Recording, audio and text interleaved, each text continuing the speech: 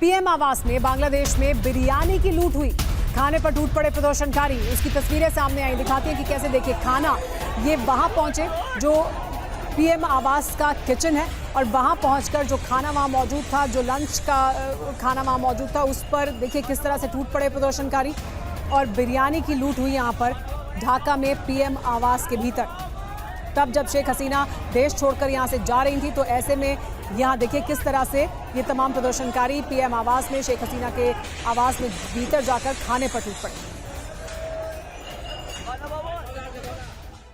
तो पूरी तरह से अराजकता का माहौल इस वक्त पीएम आवास के भीतर नजर आ रहा है। और एक और बड़ी खबर, बांग्लादेश में हिंदू घरों में भी आगजनी की खबर अब सामने आ रही है। हिंदू घरों को भी निशाना बनाया जा रहा है। उपद्रवी चुन चुन कर लगा रहे हैं आग। ये देखिए तस्वीरें, कुछ बेहद चिंताजनक तस्वीरें सामने आई हैं, जहां पर आग के हवाले किया गया है कुछ घरों को। और जो जानकारी अभी तक शुरुआती तौर पर हमारे पास आ रही है, उसके मुताबिक चुन चुनकर इन घरों को निशाना बनाया गया है। हिंदू घरों में की गई है आगजनी। हमारे साथ कमर आगा साहब मौजूद हैं। कमर आगा साहब, किस तरह से आप देखते हैं ये जो डेवलपमेंट है, ये बड़ा दुर्भाग्यपूर्ण, चिंताजनक सामने आ रहा है। चुन चुनकर अगर हिंदू घरों को निशाना बनाया जा रहा है, तो इस थॉट के पीछे, इस विचार के पीछे क्या जमात इस्लामी हो सकता है? जी, जमात इस्लामी, फिर वहाँ के ऊपर जो मिलिटेंट ग्रुप्स हैं, वो इसमें बहुत एक्सपर्ट हैं इस तरह की हरकतें करने में। काफ़ी ट्रेंड है, पाकिस्तान से उनको ट्रेनिंग मिली है।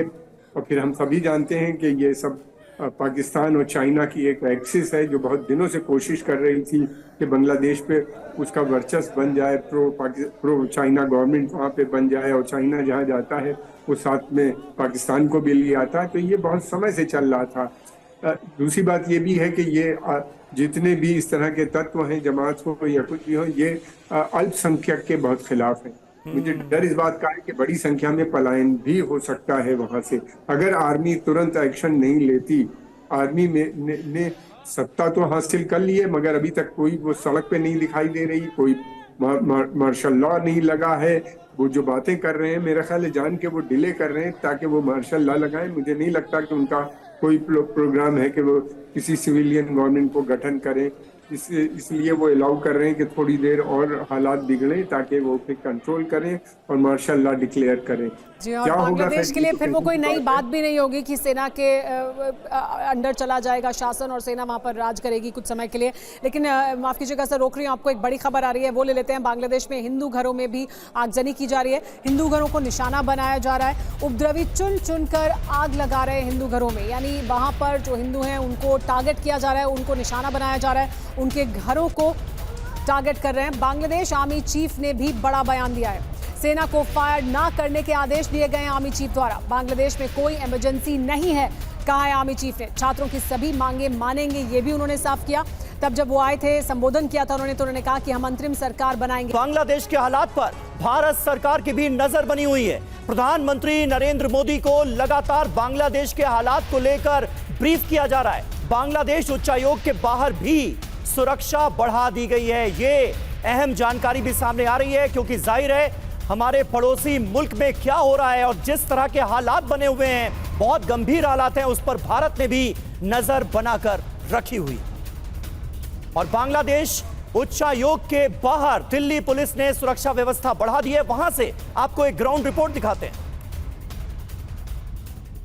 इस वक्त मौजूद हैं दिल्ली के में जो स्थित है बांग्लादेश का उच्चायोग, और उसके बाहर आपको दिखाएं तो यहाँ पर दिल्ली पुलिस की जो सिक्योरिटी है वो बढ़ाई जा रही है, क्योंकि जिस तरीके से बांग्लादेश के अंदर हालात बने हैं, उन हालातों को देखते हुए किसी तरीके की सुरक्षा में चूक ना हो, उसको देखते हुए ये देखिए यहाँ पर बांग्लादेश हाई कमीशन जो है दिल्ली के अंदर, यहाँ पर दिल्ली पुलिस जो है वो यहाँ पर सिक्योरिटी को बढ़ा रही है। बैरिकेडिंग की तैनाती जो है वो यहाँ पर कर रही है, क्योंकि जिस तरह के हालात और हिंसा भरी जो गतिविधियाँ बांग्लादेश के अंदर चल रही है, ऐसे में दिल्ली में सुरक्षा में किसी तरह की चूक ना हो, उसको लेकर के दिल्ली पुलिस की तरफ से ये सुरक्षा जो तैनाती है वो यहाँ पर बढ़ा दी गई है। बैरिकेडिंग कर दी जा रही है ताकि कोई भी अनधिकृत रूप से, अनऑथराइज्ड रूप से अंदर की तरफ ना जा सके। इन तमाम चीज़ों को देखते हुए और हमारे सहयोगी जीत भाटी इस वक्त हमारे साथ लाइव कनेक्ट हो चुके हैं वहीं से। जीत, इस वक्त जरा आप ये भी बताइए, अभी आपकी रिपोर्ट ही हम देख रहे थे कि वहां पर किस तरह के सुरक्षा बंदोबस्त किए गए हैं। बांग्लादेश की राजधानी ढाका से एक धमकी भी आई है। जमाते इस्लामी ने कहा है कि वो देश जो कि शरण दे रहे हैं शेख हसीना को, उनकी एम्बेसी का भी घेराव किया जाए। ये तो वहां से धमकी आई है, यहां पर किस तरह की तैयारियां की गई हैं, शेख हसीना के मूवमेंट को लेकर क्या जानकारी है, जरा बताएं।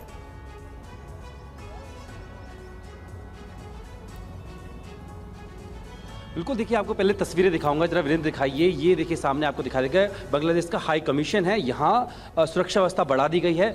और वीरेंद्र जरा नज़र आप जिधर भी दौड़ाएंगे आप देखेंगे यहाँ पर सुरक्षा बलों को तैनात किया गया, क्योंकि जिस तरीके से बांग्लादेश में गुस्सा है शेख हसीना उनके जो पार्टी है आवामी लीग के खिलाफ, और ये भी कहा गया कि जहाँ जहाँ उनको मदद मिल सकती है वहाँ पर इस तरह की घटना भी घट सकती है। तो उसको देखते हुए यहाँ पर लंबी यहाँ पर सुरक्षा व्यवस्था जो बढ़ा दी गई है, और साफ तौर पर यहाँ पर बैरिकेडिंग इसलिए की गई, कोई भी आकर किसी प्रकार की घटना ना घटे।